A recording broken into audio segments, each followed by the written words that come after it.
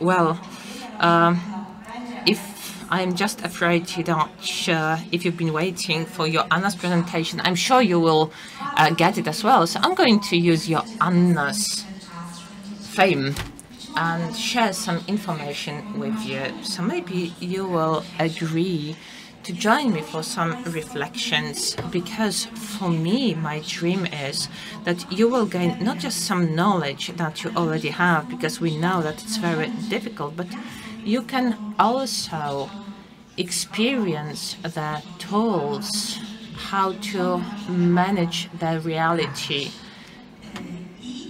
online, offline, and our reality. So before I move on to the communications tools, and I'm curious about your reflections, I would like to encourage you to join me for a brief travel journey in time. So I would like to test whether anyone had been on a school trip between 1991. Any school trips participants before 1991?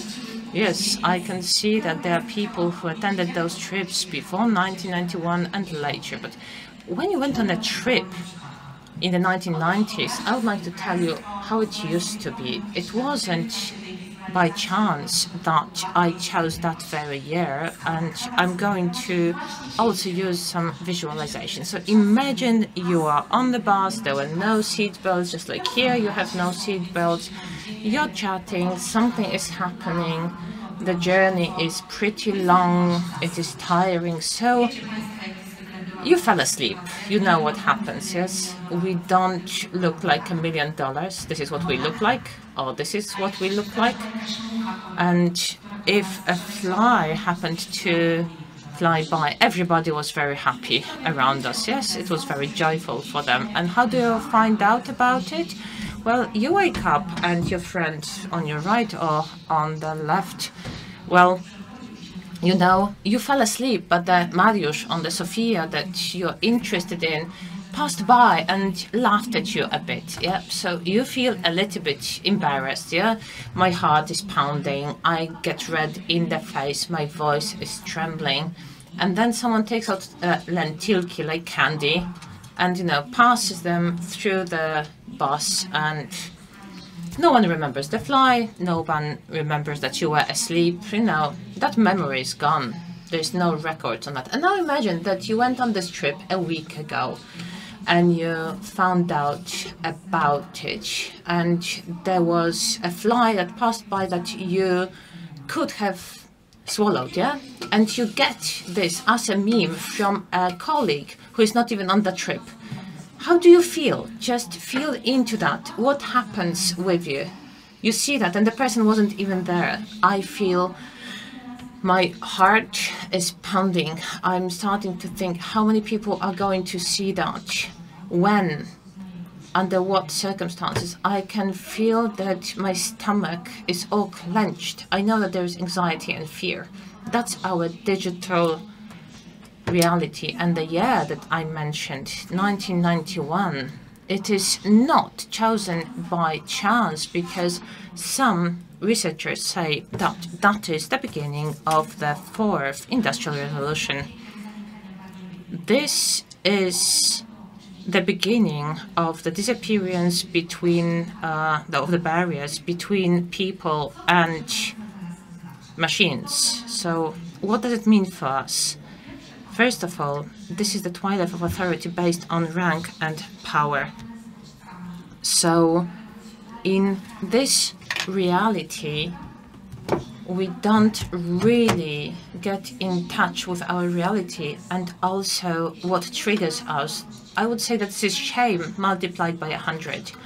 When you are a teacher and a parent comes to you and says that they don't like something, you remember that feeling, yes? And now imagine that you get a screen from a befriended parent and you read what they think about you on the group.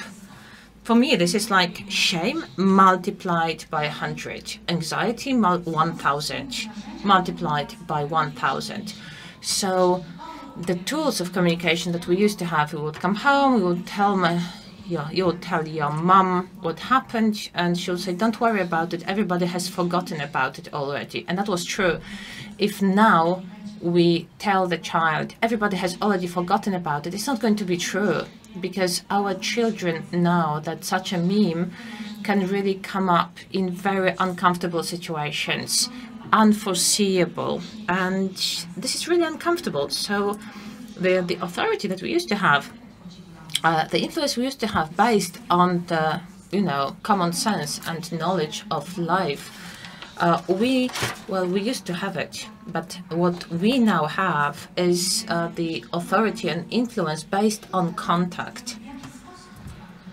And also I would like to show you how you can build such an influence and trust. But before we do that, we can see that this barrier between the human being and the person is disappearing. And I have noticed that this device really helps to totally manage my emotions. I came here, I don't know anyone, I took my mobile phone, I regulated my emotions. Well, I am still a little bit nervous, but even when I'm holding this, I can feel that it calms me down. So I believe this is the first time in the history of humankind that we have something that can give us a way to regulate myself, seemingly regulate myself, calm myself down 24/7. So we used to have the interaction, and I would be able to regulate myself, but also to have a relationship with my mother so that she would allow me to go to my friend, and I would complain with my friend. And so for 24/7 I have got something, because this barrier between the machine and human beings, to regulate myself. This is just seemingly a regulation, because I'm cutting myself off. But the true ability to regulate myself, to self-regulate, disappears in this situation. So when I was getting ready, I had different thoughts. And I would like to tell you that despite the fact that we are in our mobile phones, laptops, social media, still our brain is not keeping up with all of this. And our real habitat is not a room, is not a tent. It is another human being. Another human being, so long that human being is safe for us. So, for example, there was a situation when students were looking at the mountain that they were supposed to climb, and that they are going up that mountain with someone who is dear to them, who supports them. That mountain seemed smaller, not that high. And in another research that wasn't so peaceful, but even, if they were in a very difficult situation, but even if they imagined that someone is really supporting them, then the nervous system would regulate. The brain would activate the centers that are connected with calmness. So for us, for parents, for teachers, for those who support education and growth, this is a great chance that for them we can be a person who may not understand the world, because now the knowledge about the world is totally horizontal. What we can offer them is most of the time not very interesting for them. So they use AI a lot, and they can do it in such a way that we don't even see that that's what's happening. So it used to be the case that we used to have to be an expert to say something over the internet. It's no longer the case. It's just enough that someone sells something, even if it's not true, in an attractive manner, and there are a lot of likes right away. So knowledge transfer is very quick. and very horizontal. But the internet is not the place where our nervous system, our brain and our body can self-regulate and soothe. And that's a good thing, because that is something that we can give our young people. We can also give each other. And I told you about that screenshot where I read about myself, oh, she's a useless teacher. Luckily, there are tools in communication where I can also support myself in communication and also self-regulation. But also, there are tools that allow me as a parent and also teacher to help my child in self-regulation.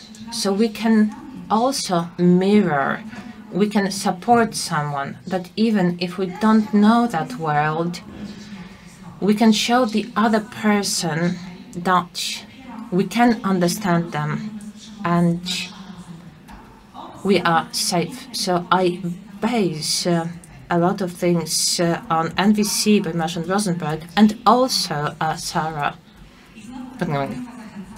And so I have chosen 3 aspects, and I would like you to again experience something. I would like you to become a young person who at 10 p.m. plays a game on a computer. I'm your mother, and we have an agreement that at 9 p.m., so an hour ago, you will close this computer. And I would like you to test different solutions of language, so you can have a more of a co-regulating language and also the standard language. So we have good intentions, but also neuroscience moves forward, knowledge moves forward. So imagine you are that young person seated in front of the computer. I come at 10 o'clock into your room and I say, listen, I cannot count on you. We had an agreement. You cannot keep your word. Off you go to have a shower. So this was a classical language that, well, assesses, judges, and just see whether you want to be in touch. Even though my intention is good, because I want you to go to sleep, because tomorrow morning you're going to be exhausted. And from the language that assesses, judges, and blames, Marshall Rosenberg offers a language of observation. So I come into the room and I observe the reality as if it was a camera, and I'm interested where it comes from, why it looks like this. I see you in front of this computer and I say, listen, it's 10 p.m. and we had an agreement that you are going to close your computer and switch it off at 9 p.m. And so I'm curious, what made you take this decision? Just see whether it changes anything. And of course, it's not going to be like we are going to use the language of observation and immediately our child is going to get up and say, oh yes, we understand each other. I'm sorry, Mom, I understand your intention. But at least it's going to be a feeling that I don't have to defend myself. That's one tool. And the second tool seems important for me because the reality of young people is of those who transmit. Everybody has something to say, but there are very few people who really receive it. We scroll, we move on, something comes in and it comes out, and our young people have a feeling that they are not seen. And we also, as adults, when we see the kids, looking at the screens, we also have the feeling that we are not seen and not heard.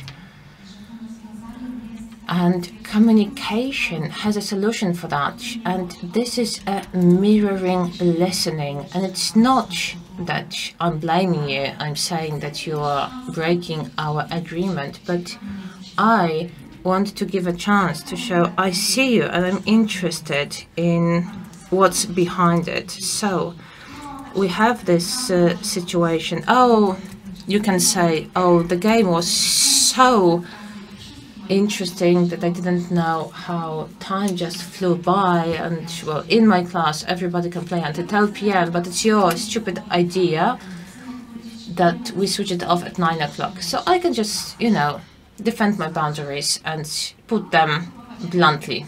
Off you go to sleep, that's our agreement. But I can also test the mirroring tool, and I can say, listen, I can imagine that this game must have been amazing, since you didn't even notice the flow of time.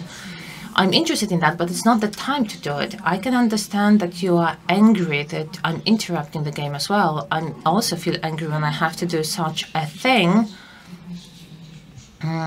So I understand it, but how do you feel with just going for a shower now and get into bed as quickly as possible?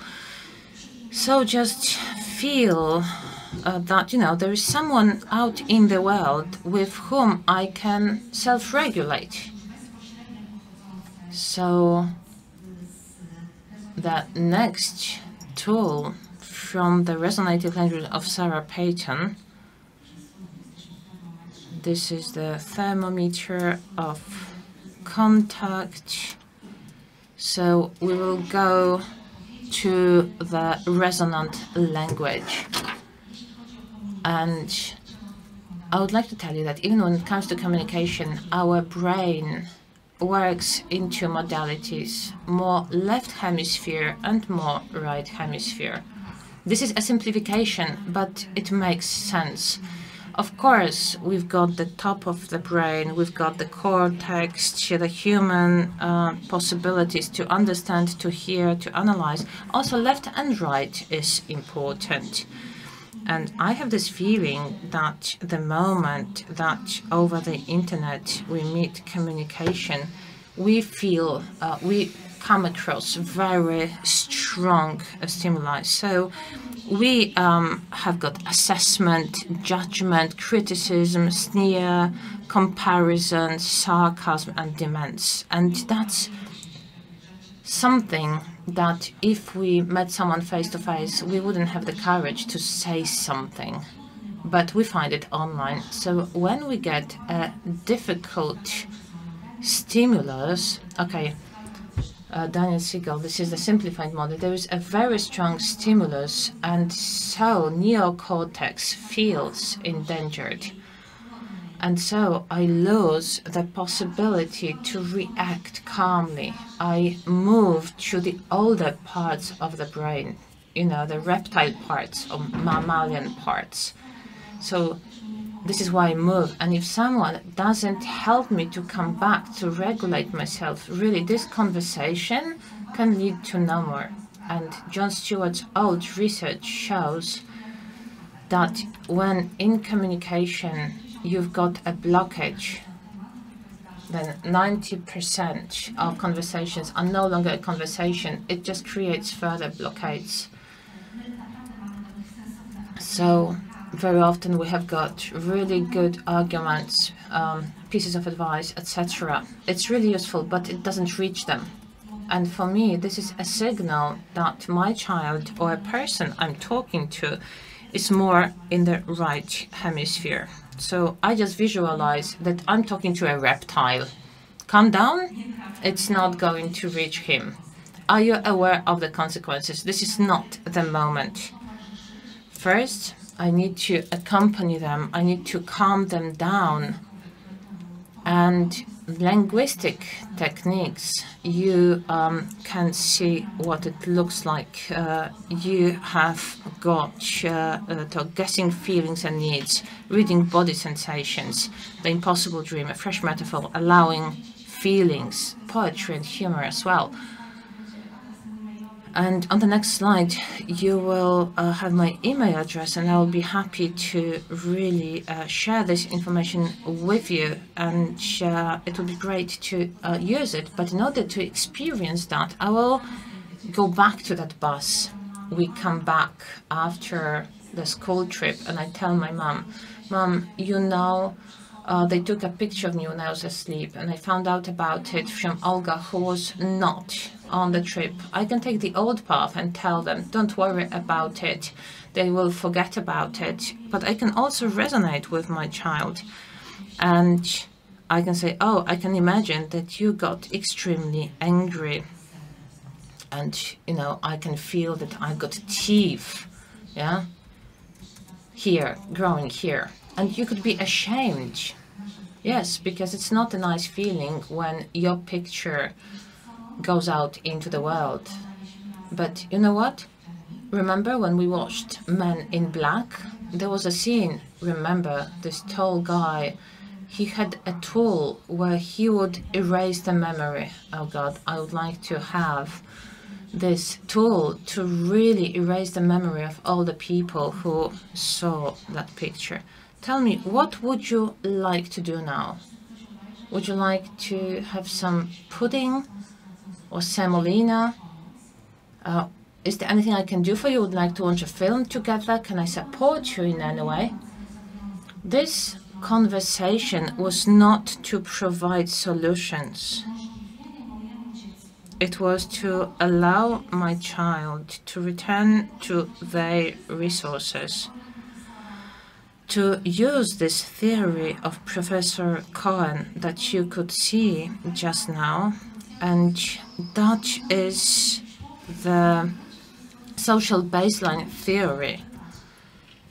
And for a person to think about new solutions, think up new solutions, they need people who are dear to him, who co-regulate them. If we have someone co-regulating us, it's not to achieve, we don't know what, but we can find a solution for us so that we can reclaim our resources and see what we can do in this situation.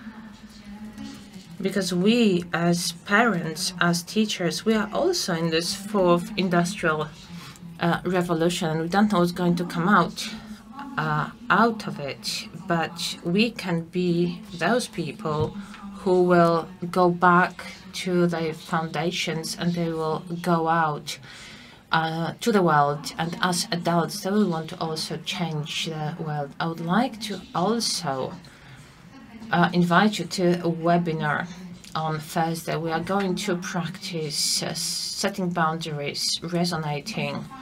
We are going to also practice the language of facts, also mirroring, listening, and if possible, we are going to also work on cases that you're going to bring so that it is really close to you. But even if you decide that you cannot do it on Thursday, and before that, I was going to give you my email address. So if you send me an email, then I'm going to send you not just a presentation, but a larger version of an ebook. I'm going to share it with you. Thank you so much, and thank you for being here together. Thank you so much. Do you have any questions? Can we have the previous slide, please? Okay, and now anyone who would like to ask a question? I have lost my power over the clicker. Someone else has got the clicker. But maybe those gentlemen will help us to show that slide with the email address. If you have any questions, just ask.